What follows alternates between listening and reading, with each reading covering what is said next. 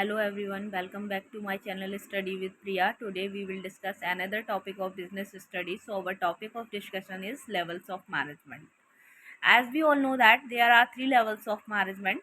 जैसा कि हम सब जानते हैं कि मैनेजमेंट के तीन लेवल होते हैं. First one is top level management, second is middle level management, third is supervisory और lower level of management.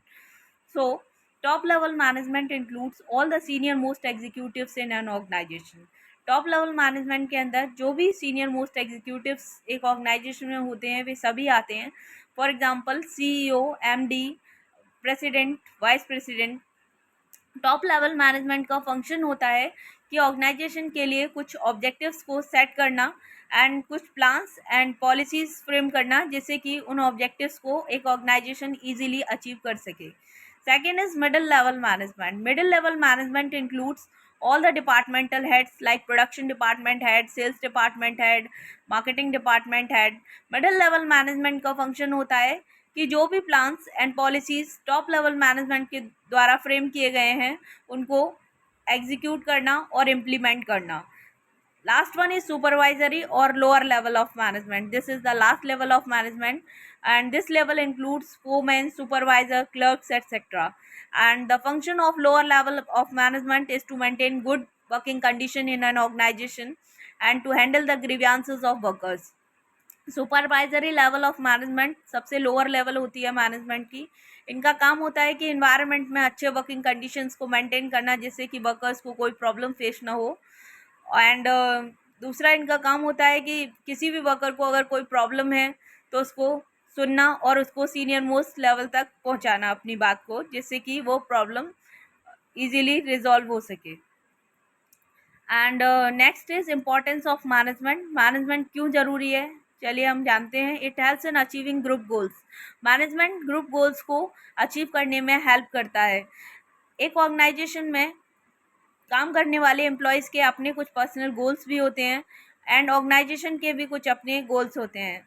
Management का काम होता है कि ऑर्गेनाइजेशन के गोल्स को और एम्प्लॉय के पर्सनल गोल्स को एक साथ इंटीग्रेट करना जिससे कि ऑर्गेनाइजेशन के गोल्स पूरे होने के साथ साथ एम्प्लॉय के खुद के गोल्स भी अचीव हो सकें. Next is it improves efficiency.